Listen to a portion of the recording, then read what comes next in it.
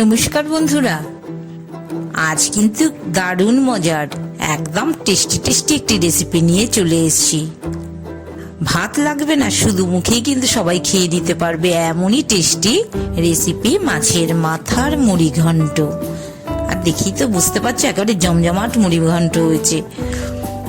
মাছের মাথা দুটো নিয়েছি, আরো দুটো হলে খুব ভালো হতো। দুটো মাথায় একটু 1 চামচ লবণ, 1/2 চামচ হলুদ দিয়ে আর সাথে 1 চামচের মতো ছোট চামচের 1 চামচ তেল দিয়ে মাথাগুলো একটু মাখিয়ে নিচ্ছি, যাতে ফেটে, তেলে দিলে যাতে ফেটে না যায়, যে এই জন্য একটু নুন হলুদ তেল দিয়ে কিন্তু আমি ভালো করে মাখিয়ে নিলাম।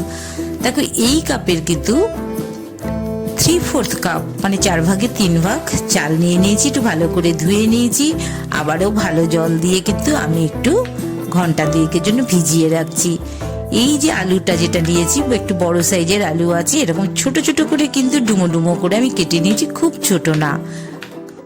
মাছের মাথা, চাল সবকিছুর সাথেই আলুটা সেদ্ধ হবে। পেঁয়াজটাও দেখো এরকম স্লাইস করে কেটে নেবে।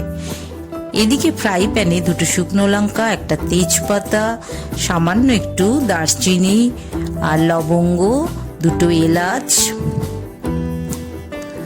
কয়েকটা গোলমরিচ, 7-8টার মতন গোলমরিচ নিলাম, 1/2 চামচ ধনে, 1/2 চামচ জিরে।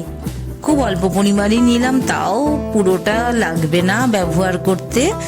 একটু ড্রাই রোস্ট করে নিলাম। এবার কিন্তু আমি একটি মিক্সিং জারে নিয়ে এরও কিন্তু একটি পেস্ট করে নিচ্ছি।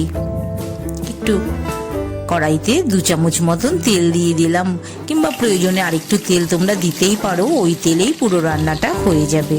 আমি শুরুতে একটু আলুগুলো ভেজে নিচ্ছি। আলুগুলো কিন্তু মিডিয়াম সাইজ আছে। পরিমাণ মতন লবণ আর একটু হলুদ দিয়ে আলুগুলো ভেজে নিতে হবে। এই জন্য 1/2 চামচ থেকে 1/2 চামচ লবণ, 1/2 চামচ হলুদ ব্যবহার করলেই হয়ে যাবে। আলুটাকে কিন্তু একদম লাল লাল করে ভেজে আমি তুলে নেব। আলু ভাজাটা প্রায় হয়ে এসছে, এবার আমি তুলে নিচ্ছি। মাছের মাথাগুলোও কিন্তু ভেজে নিচ্ছি। আস্তে করে কড়াইতে তোমরা তেলের মধ্যে ছাড়বে। যারা নতুন রান্না করো তারা কিন্তু তেলটা গরম হলে, অবশ্যই তেলটা ভালো করে গরম হলে তবেই মাছের মাথাগুলো তেলে দেবে, সাবধানে কিন্তু দেবে।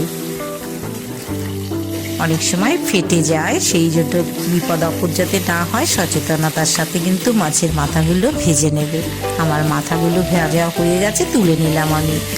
ওই তেলেই সামান্য 7-8 কোয়ার মতন রসুন আমি একটু কেটে টুকরো করে রেখেছিলাম। প্রথমে রসুনটা ফোড়নে দিয়ে দিলাম। পেঁয়াজগুলো দেখো এভাবে একটু কেটে নিয়েছি, এই রসুনের সাথে পেঁয়াজটাও কিন্তু ভেজে নিচ্ছি। আমি কিন্তু খুব বেশি তেলের ব্যবহার করছি না, দেখেই তোমরা বুঝতে পারছো। 3-4টে কাঁচা লঙ্কাও কিন্তু একইভাবে ভেজে নিচ্ছি। 1/2 টমেটো এখানে দিলাম আমি। প্রতিদিনের রান্না খুব বেশি তেল ব্যবহার না করাই ভালো। যে যেরকম তেল খেতে ভালোবাসো সেভাবে তোমরা ব্যবহার করবে। একটু কম আঁচে করলে কিন্তু কম তেলেও অনেক রান্না অনেক ভালো খেতে হয়। আমি একটু রসুন বাটা, বেশ কিছুটা পেঁয়াজ বাটা দিয়ে দিলাম। প্রথমে কিন্তু কুচো রসুন আর কুচো পেঁয়াজ দিয়েছিলাম, এখন কিন্তু একটু রসুন বাটা, পেঁয়াজ বাটা, এই মুহূর্তে দিলাম একটু 1/2 চামচের মতন আদা বাটা। একটা বড় টমেটো পেস্ট করে রেখেছিলাম, হাফ পেস্ট করেছি, কারণ সব কটাই আমার এখনো কিন্তু খুব ভালো করে গ্রেভি রেডি করতে হবে। একটা তেজপাতা দিলাম, 1 চামচ মতন লবণও ব্যবহার করে নিলাম, 1/2 চামচের মতন হলুদ দিয়ে দিচ্ছি।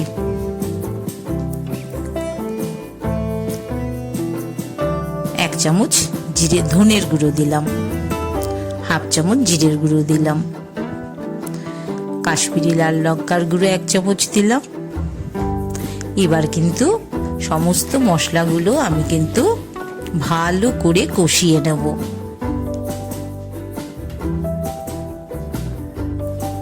আবারও একটু ধনের গুঁড়ো দিচ্ছি, হাফ চামচের মতন আবারও ধনের গুঁড়ো অ্যাড করে দিলাম। এবার যেই চালটাকে আমি ভালো করে দু ঘন্টার মতন গোবিন্দভোগ চাল, অবশ্যই মনে রাখতে হবে এই গোবিন্দভোগ চালটাকে কিন্তু আমি এই মশলার সাথে ভেজেও নেব, একইভাবে অল্প অল্প জল দিয়ে কিন্তু বয়েলডও করে নেব।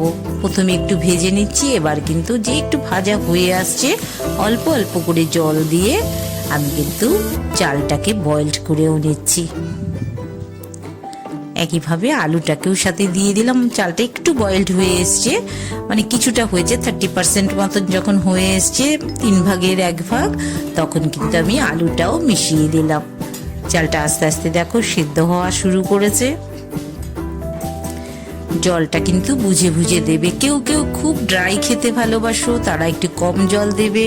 আবার কেউ যদি মনে করো একটু গ্রেভি গ্রেভি রাখবে, সেক্ষেত্রে জলটা একটু বেশি লাগবে। আমি মিডিয়াম ধরনেরই আজকে করব। অনেকটাই যখন চালটা হয়ে আসবে, প্রায় 80% হয়ে গেছে, তখন কিন্তু আমি মাছের মাথাগুলো অ্যাড করে দিলাম।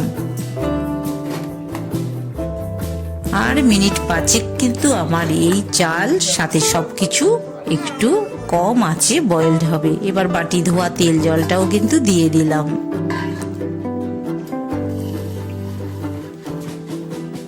আর চাল, গোবিন্দভোগ চাল তো ভীষণ নরম হয়, তোমরা কিন্তু এই রকম তলা থেকে আস্তে আস্তে করে তুলে দেবে। এই যে ভাজা মশলাটা যেটা করে রেখেছিলাম জিরে ধনের, নামানোর আগে কিন্তু এই চামচের 1 চামচ আমি কিন্তু এই ভাজা মশলাটা দিলাম।